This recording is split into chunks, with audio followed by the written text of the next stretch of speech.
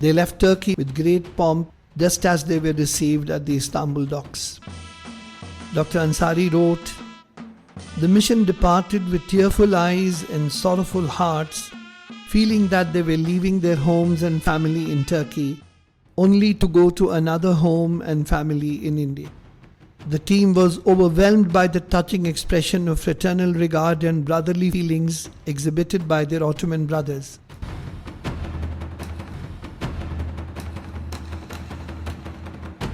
Not all members of the mission actually returned to India. Some stayed back, and among those who stayed back, one has a very interesting story. It's the story of Abdurrahman Peshawari, who joined the Turkish armed forces after the mission left. After he left the army as a colonel, he was spotted by Ataturk himself and made Turkey's ambassador to Afghanistan. When the team arrived in Bombay, they were given a rousing reception. Incidentally, Maulana Shibli was present in Bombay during those days. Promptly, he went to receive Dr. Ansari and the delegation at the docks. As Dr. Ansari was getting down from the ship, the Allama stepped forward to kiss his feet. However, this time, Dr. Ansari did not allow him to do so. The Allama told him, "These are not your feet. They are feet representing the sufferings of Islam." Mujassama-e-Ghurbat. During the meeting held to honor these brave sons of India, Allama Shibli read out this soul-stirring poem in honor of Dr. Ansari and his team. We offer our thanks to Allah, the singular Al-Bari, on the safe return of the delegation of Ansari. You travelled several thousand miles to serve our brethren. This indeed is true Islamic spirit. This is manifest compassion. Forsaking your country, parting from family, crossing a vast distance courageously, by God's grace you did endure the travails admirably. Athwart your mission there was great furor, could be heard voices of anguish and pains of heart sore. The grieving eyes of relatives, their piercing, longing gaze, the outpourings of anguished hearts, and soaring flames of filial love to put you in a daze. None can obtain, even in their dreams, such good fortune, dear. Your night vigils for the sick and injured, which you did endure. Seen you have the Muslims rise and fall, seen you have the turning of tide stall. How can the dwellers of Hindustan fathom your heart's agony? Seen you have since increasing tyranny, you have heard the heart-wrenching lament of the orphans. Seen you have the unhappy faces of destitute widows. The burning alive of the dwellers after plundering their shelters.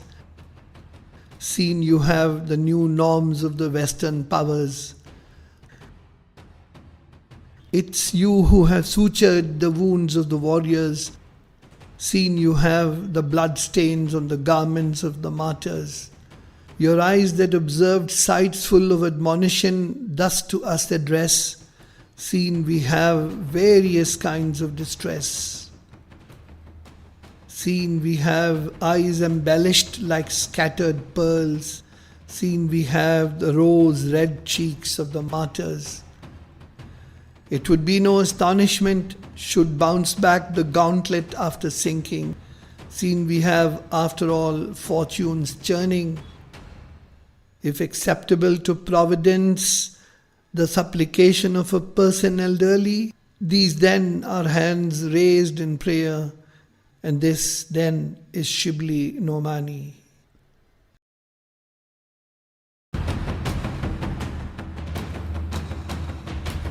And on the day they returned to Delhi, the 10th of July 1913, Mukhtar Ansari and his team were mobbed by milling crowds at the railway station.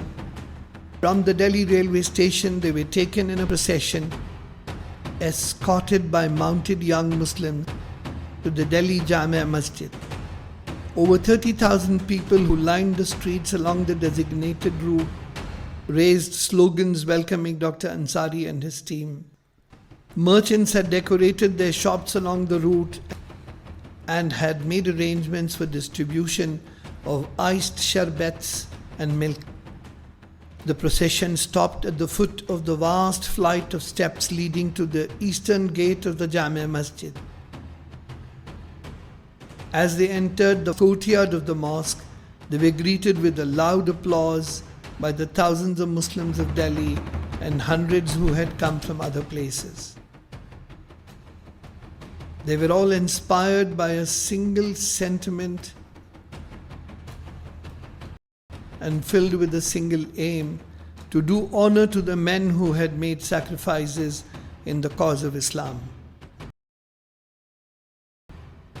The works carried out by the medical mission in its 2 hospitals, along with the financial assistance sent to the Turkish Red Crescent from India, was much appreciated by the Turks.